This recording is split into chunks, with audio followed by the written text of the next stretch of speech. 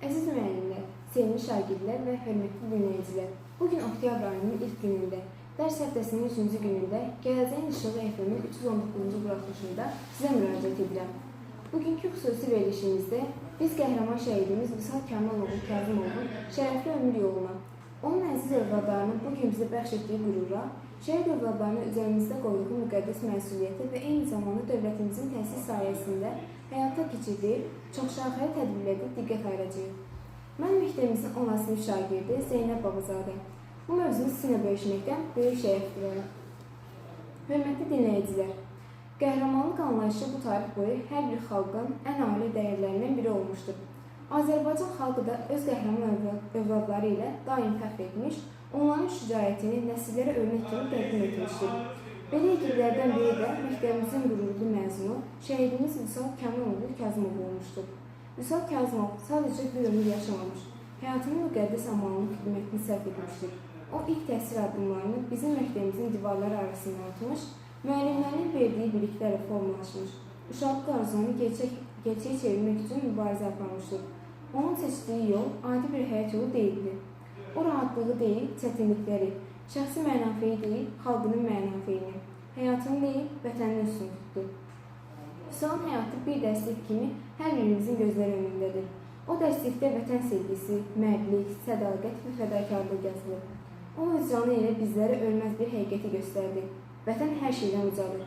Əziz dinləyicilər, şəhidimizin geridə qoyduqları ən dəyərli miras onların övladlarıdır. Bu övladlar həm ailənin, həm də bütün millətin əmanətidir. Vüsal Kazımovun iki gözəl qızı, Nuray və Aynur, bu əmanətin ən parlaq nümunəsidir. Şəhidimizin böyük qızı Nuray hazırda məktəbimizin 5 sinifini təhsil alır. Nuray elmə maraqlı, çalışqanlığı, məsuliyyəti və davranışı ilə həm müəllimlərinin, həm də şagird yoldaşlarının hörmətini qazanmışdır. Onun dərslərə yanaşmasının ciddilik, nizam-intizam və bilik əldə etmək həvəsi hər kəs üçün örnəkdir. Nurayın baxışlarında atasının qətiyyəti, təbəssümündə onun qüruru yaşayır. Hər bir uğuru, aldığı hər bir yüksək qiymət şəhid atasının müqəddəs xatirəsinə ünvanlanmış bir hədiyyə kimidir. Şəhidimizin balaca qızı Aynur isə bu tədris ilini ilk dəfə məktəbimizin məktəbi hazırlıq qrupuna qədəm qoymuşdur. Onun kiçik addımları məktəbimizin qapısına içəri girəndə hamının qəlbi kövrəldi. Çünki Aynur təkcə bir ailənin övladı deyil, bütün Azərbaycan xalqının balasıdır. Onun əlifbanın ilk hərfini öyrənməsi, müəlliminin şirin səsini eşitməsi, dəftərinə çəkdiyi ilk xətlər sadəcə bir uşağa başlanğıcı deyil, şəhidin ruhunun yeni bir nəsildə yaşamasının əyani sübutudur. Əziz dinləyicilər, bu məqamda Aynurun timsalında bugün məktəbimizin hazırlıq qrupuna qədəm qoyan bütün balaca fidanları ürəkdən təbrik etmək istəyirəm. Onların hər birinin bu ilk addımı gələcək həyat yolunun ən dəyərli başlanğıcıdır. Unutmayaq ki, şəhid övladlarının hər addımı bizim bir məsuliyyəti xatırladır. Onlara sahib çıxmaq, sevgimizi və qayğımızı göstərmək bizim borcumuzdur. Onların uğurlarına sevinmək yalnız bir ailənin xoşbəxtliyi deyil, bütün bir xalqın gələcəyi deməkdir. Bu övladların təbəssümündə azadlığımızın sabahı, uğurlarında şəhidlərin qanı ilə qorunan müstəqilliyimiz yaşayır. Bizim arzumuz odur ki, Nuray və Aynur kimi bütün şəhid övladları elmə, biliyə, ədalətə və insani dəyərlərlə bağlı böyüsünlər, gələcəyin işıqlı yollarını addımlasınlar. Dəyərli dinləyicilər, bugün 1 oktyabr bizim üçün iki qat önəmli gündür.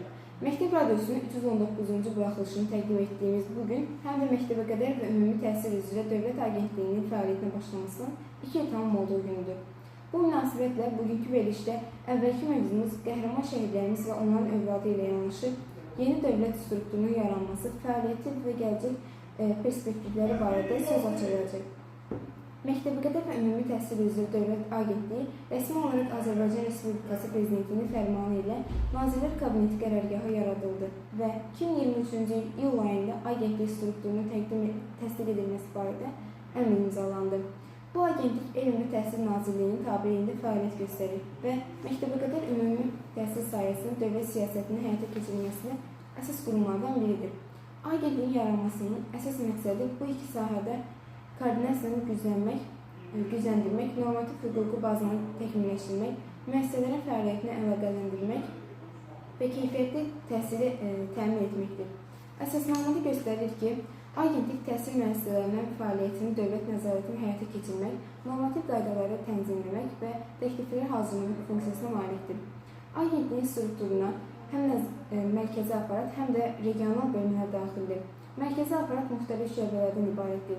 Təhsil siyasəti şöbəsi, ümumi təhsil şöbəsi, məktəbəqədər təsisat şöbəsi, elektron xidmətlər və təlim metodları. 2023-cü ildə Agentliyin strukturu təsdiq edildi və onun vəzifələrinin icrası üçün rəhbərlik Eşqi Bağırova həvalə olundu. Eşqi Bağırov daha əvvəl Elm və Təhsil Nazirliyinin müxtəlif vəzifələrdə çalışmışdır. Agentliyin qarşısında duran əsas vəzifələrdən biri məktəbəqədər və ümumi təhsil müəssisələrinin fəaliyyətini təşkil etmək, normativ bazanı təkmilləşdirmək və təhsilin keyfiyyətini yüksəltməkdir. Agentliyin əsas xüsusi funksiyaları bunlardır.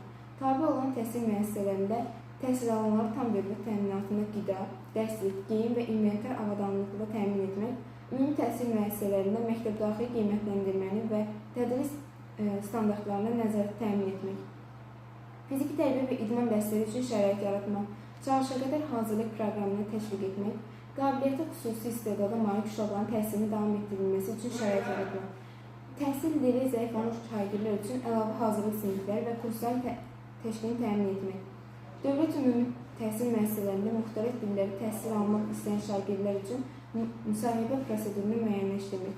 Agentlik həmçinin dövlət siyasətinin formalaşdırılması prosesində Nazirliyə təkliflər təqdim edir və müvafiq sahə üzrə innovativ layihələr həyata keçirir.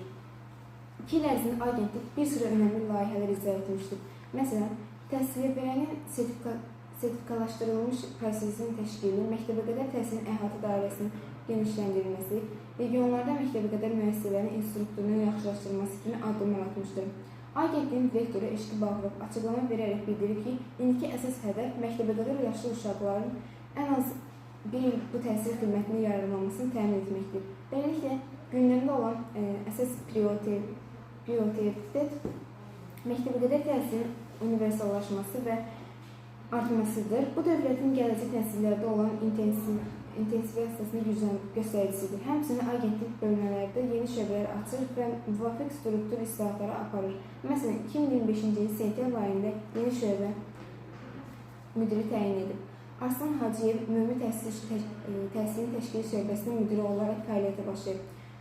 Bugünkü buraxılışımızda biz qəhrəman şəhidimiz Vüsal Kazımovun həyat yolunu nəzərə saldıq.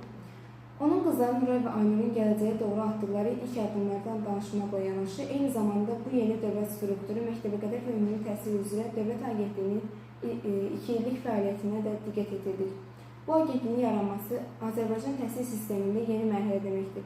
Məktəbəqədər və ümumi təhsil sahələrinin güclü koordinasiyası, keyfiyyətin artırılması və hər uşağa bərabər təhsil hüququna zamanı.